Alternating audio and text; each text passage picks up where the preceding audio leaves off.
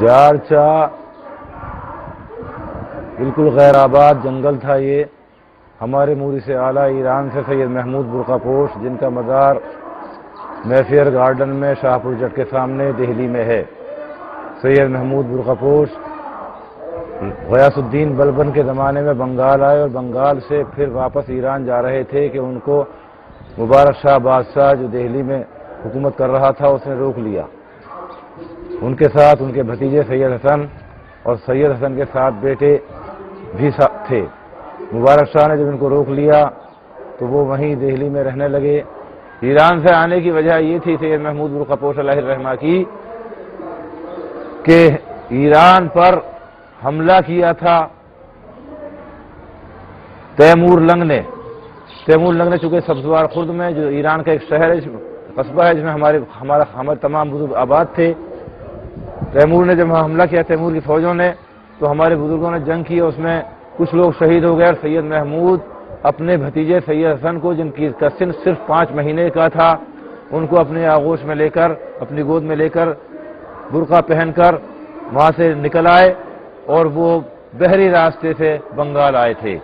اور اپنی انگلی سید حسن کو چسا کے انہوں نے پالا. سید محمود برقع پوش علیہ الرحمہ کا یہ معجزہ تھا کہ ان کی انگلی سے دودھ نکلا کرتا تھا. انہوں نے اپنی انگلی سے ہی اپنے بھتیجے کو پالا اور جب وہ جوان ہو گئے تو ان کی شادی غیاث الدین بلبن کی بیٹی سے کی تھی. اور غیاث الدین بلبن کی بیٹی سے ہی سید حسن کے 7 بیٹے پیدا ہوئے تھے، جس میں سب سے بڑے سید ناصر تھے.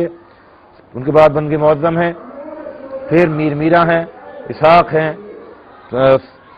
زین العابدین شکر برس ہیں، سید ابراہیم ہیں، سید میر موسیٰ ہیں.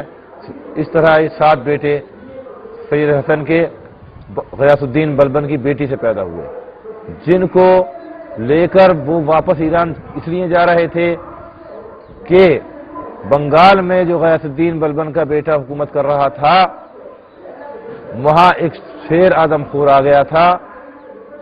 اس کو سید حسن نے قتل کر دیا تھا، مار دیا تھا اس شیر کو.